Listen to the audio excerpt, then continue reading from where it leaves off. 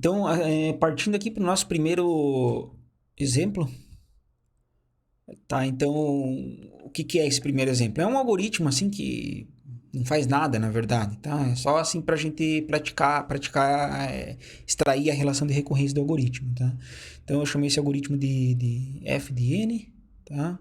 E tá aqui, né? Se o n igual a 1, então faz algo, sei lá, faz algo.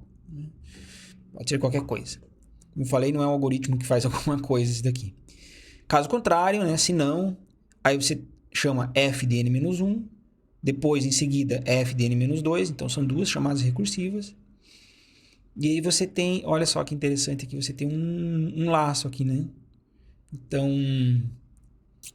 para ir de 1 até n, aí faz alguma coisa, tá? Então, Então também tem questões assim, tem partes, né, recursivas, né, tipo aqui, mas ele não é inteiramente recursivo porque ele tem aqui um laço, né. Então ele vai mais ou menos na linha lá do merge sort, né, que você tem duas chamadas recursivas e tem um laço, só que o laço é uma chamada lá do merge, né, mas a gente sabe que dentro do merge você tem laços, o algoritmo é iterativo, não é recursivo, tá? Então, beleza. Vamos supor que eu tenho um algoritmo com esse formato aqui. Como é que eu faço para escrever a relação de recorrência aqui? Chamei do tempo de execução do algoritmo f aqui, para uma entrada de tamanho n.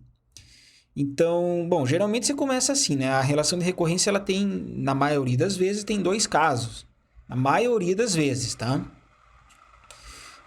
Então, se o n está na base e se o n não está na base. Tá? A questão é, vamos definir o que é base e o que não é base. Então, nesse caso aqui, o que seria... Aí vamos, acho que, reescrever aqui. Tá? Então, o tempo de... Eu vou tirar esse f aqui, tá? Meio desnecessário. Subscrito f aqui. O tempo... Então, se o n está na base, o que significa n estar na base? Nesse caso desse algoritmo aqui, a gente vê que... Então, lembrando, né? A base do algoritmo recursivo é a base da recorrência. Então, se o n igual a 1, faz algo. Então, a base é quando o n igual a 1. Então, isso daqui seria, né, substituído por se o n igual a 1. Tá? E o que seria não base? Seria assim, se o n maior do que 1. Tá? Então, beleza, já entendemos aqui quando que cai na base e quando não cai na base. Agora, a gente tem que preencher alguma coisa aqui, preencher alguma coisa aqui. Né? Primeiro, vamos começar do mais fácil. Tá? Então, se o n igual a 1, então faz algo. Bom, quanto que custa esse faz algo? Eu não sei. Eu vou deixar indicado. Pode ser que seja um tempo constante. Eu posso botar um c. Tá? Ou posso até escrever assim, θ de 1, né? Usando notação assintótica. Né? Mas, enfim, eu posso também... Pode ser que esse algo aqui seja uma coisa um pouquinho custosa. Então, a gente pode deixar assim, o tempo do... Tá, eu tô meio que abusando aqui do matematiquês aqui, né? A gente não costuma escrever assim, né? Faz algo. Mas seria o tempo do faz algo, tá? O tempo de execução do faz algo, né? Complexidade de tempo do faz algo, tá? A maioria das vezes, como eu falei, acaba sendo uma constante. E aí, então, beleza, já escrevemos o caso base, agora a gente vai escrever o caso não base, aqui, o caso recursivo. Então, perceba, a gente tem uma chamada para n-1 e tem uma chamada para n-2 e tem mais algum outro trabalho aqui que o algoritmo faz. Então, aqui seria... Eu vou só liberar aqui para pegar um pouquinho mais de espaço. Aqui seria, então, o tempo de execução do n-1, porque eu vou chamar recursivo, mais o tempo de execução do n-2, mais, então, o tempo de execução desse negócio aqui, tá? Então, seria assim, tipo, eu vou executar n vezes o faz alguma coisa, tá? Então, seria n vezes o tempo do faz alguma coisa, tá? Só voltando lá com se o n for maior do que 1.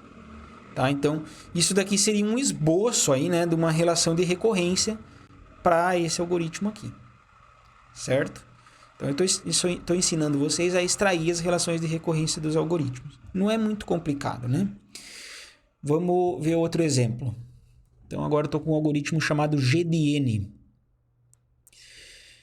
Então, se n igual a 1 ou n igual a 2, então faz algo. Caso contrário, g de n menos 1.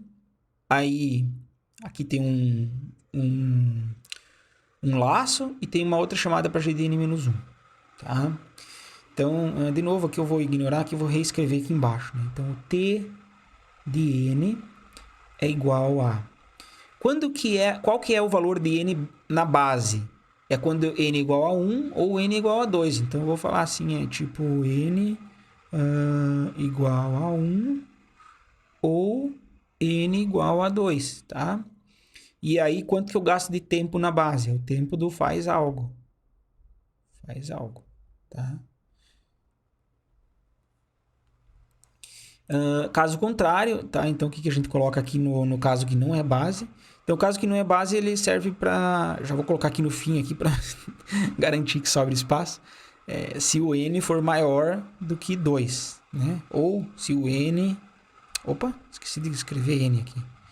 Se o n for maior do que 2 ou se o n for maior ou igual do que 1. Pergunta. N maior do que 2 é a mesma coisa que n maior ou igual do que 1? De maneira geral, não, né? Porque posso ter n igual a 1.5. Mas para coisas inteiras, que são tamanhos das instâncias, isso daqui... Isso é a mesma coisa que isso, né? Tá bom? Tanto faz o jeito que você escreve. Se é maior do que 2 ou maior... Peraí, isso aqui eu fiz bobagem aqui. É maior do que 2 ou maior ou igual do que 3. Opa. Tá, então tá. Eu pensei uma coisa e escrevi outra.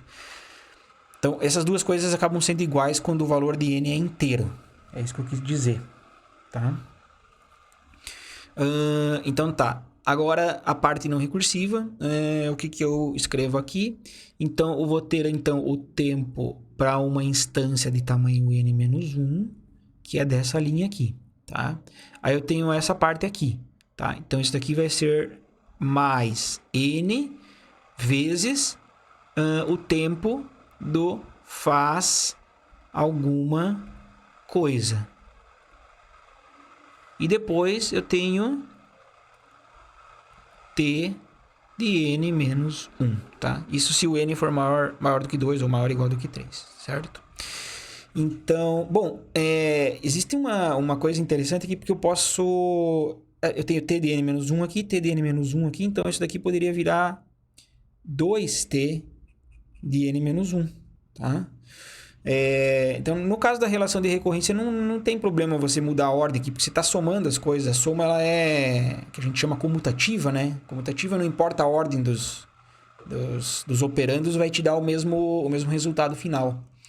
Então, aqui não tem problema, assim. Claro que para o algoritmo isso pode fazer... Eu não posso transferir essa linha aqui para cá, tá? Aí não pode fazer. Mas para a relação de recorrência a gente pode agrupar. Daí fica um pouquinho mais assim, mais organizado, vamos dizer assim. Tá? Então, isso daqui também seria um esboço de uma relação de recorrência para esse algoritmo aqui, também um algoritmo genérico. Aí. E aí, vamos ver aqui mais um terceiro exemplo para um algoritmo genérico. Depois a gente passa para um algoritmo mais... um algoritmo que faz alguma coisa, tá? Então, o algoritmo H de N. Algoritmo H de N. Então, olha só. Se o N for menor ou igual do que 1, então faz algo. Tá? Se não, se o N for igual a 2, então faz outra coisa. Faz algo, faz outra coisa, faz alguma coisa diferente. Né? Daí, se não, para i que vai de 1 até n, faça. Aí o h de n menos 1 é uma chamada recursiva. E aí depois faz alguma coisa diferente, alguma coisa diferente aí que a gente vai deixar indicado só o tempo, que nem a gente fez antes. Então é um algoritmozinho meio complexo, assim, né? Se for parar para pensar, porque você tem a chamada recursiva dentro de um laço, né? Então, como é que eu faço para extrair a relação de recorrência aqui? Então, beleza. Qual que é o tempo de execução para entradas de tamanho n? Primeiro, a gente vai ter que ver os critérios de base. Então, percebam aqui que eu vou ter duas bases, né? Então, nem sempre, eu já tinha falado isso antes. Nem sempre a gente tem só uma base, um critério de base. A gente tem mais de um. Aqui a gente tem dois, né? Porque nesse caso aqui, se o n for 0 ou 1, eu vou fazer alguma coisa, mas daí acabou. Não faço chamadas recursivas, né? Se o n for igual a 2, também, né? Eu vou fazer uma outra coisa aqui e não faço chamadas recursivas. Então, os dois acabam sendo critérios de base, tá? E aqui é a parte de não base aqui, né? Que eles fazem as chamadas recursivas. Então, você não tem problema. Você faz aqui dois casos de base. Então, se o n for menor ou igual do que 1, tá? E se o n for igual a 2, tá? Então, se o n for menor ou igual do que 1, vai ser o tempo do faz algo. Se o n for igual a 2, vai ser o tempo do faz outra coisa, certo?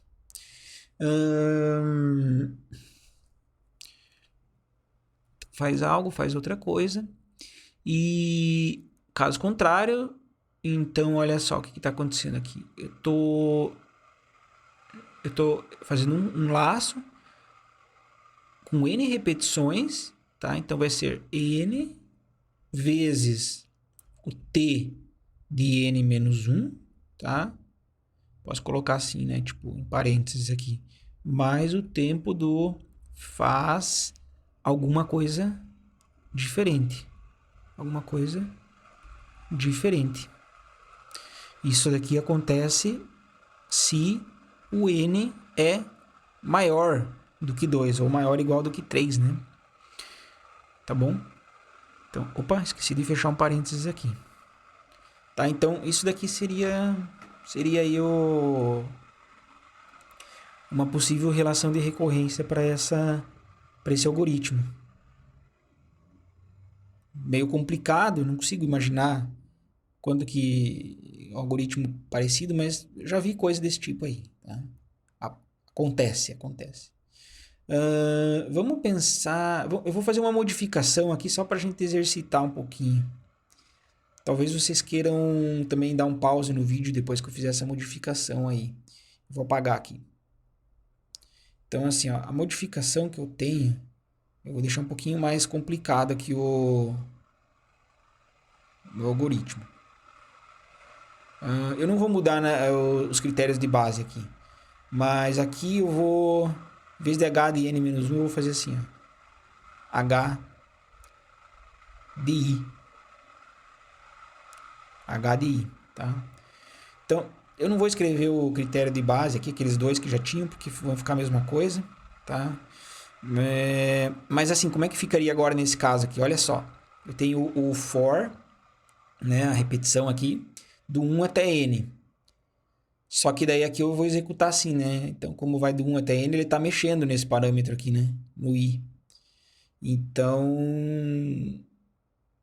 como é que vai ser aqui? Vai ser o h de 1 mais o h de 2 mais 3 pontinhos mais o h de n mais n vezes o tempo do faz alguma coisa diferente. Faz alguma coisa diferente. FACD. Não notem esse troço aqui, esse jeito de escrever que é totalmente informal, né? Mas é só pra gente passar a ideia, tá? Então, aqui eu só estou mostrando, só para deixar claro, estou mostrando aqui quando os critérios não é de base, tá? Porque, vamos supor que eu já escrevi lá antes a parte que é da base aqui, né? Que tem alguma coisa aqui quando é a base, tá? E aqui é quando é não base. Eu posso até melhorar um pouco essa escrita aqui se eu escrever que isso daqui é um somatório de h i. O i começa em 1 e vai até n. Aí eu posso somar a parte aqui que vem depois, né? Mais n vezes o tempo do faz alguma coisa diferente, tá? Então, seria essa relação de recorrência aqui. Opa, desculpa, na verdade eu fiz bobagem aqui, né? Aqui em vez de h, na verdade é t, né? Tá? Aqui é t, aqui é t e aqui é t, tá? Aqui também é t. A gente não pode confundir a chamada recursiva do algoritmo com o tempo de execução. né? Então, seria uma recorrência bem esquisita aqui, né? Quer dizer, a recorrência ela depende de uma soma aqui de várias chamadas diferentes aqui, né? Do 1 até o n.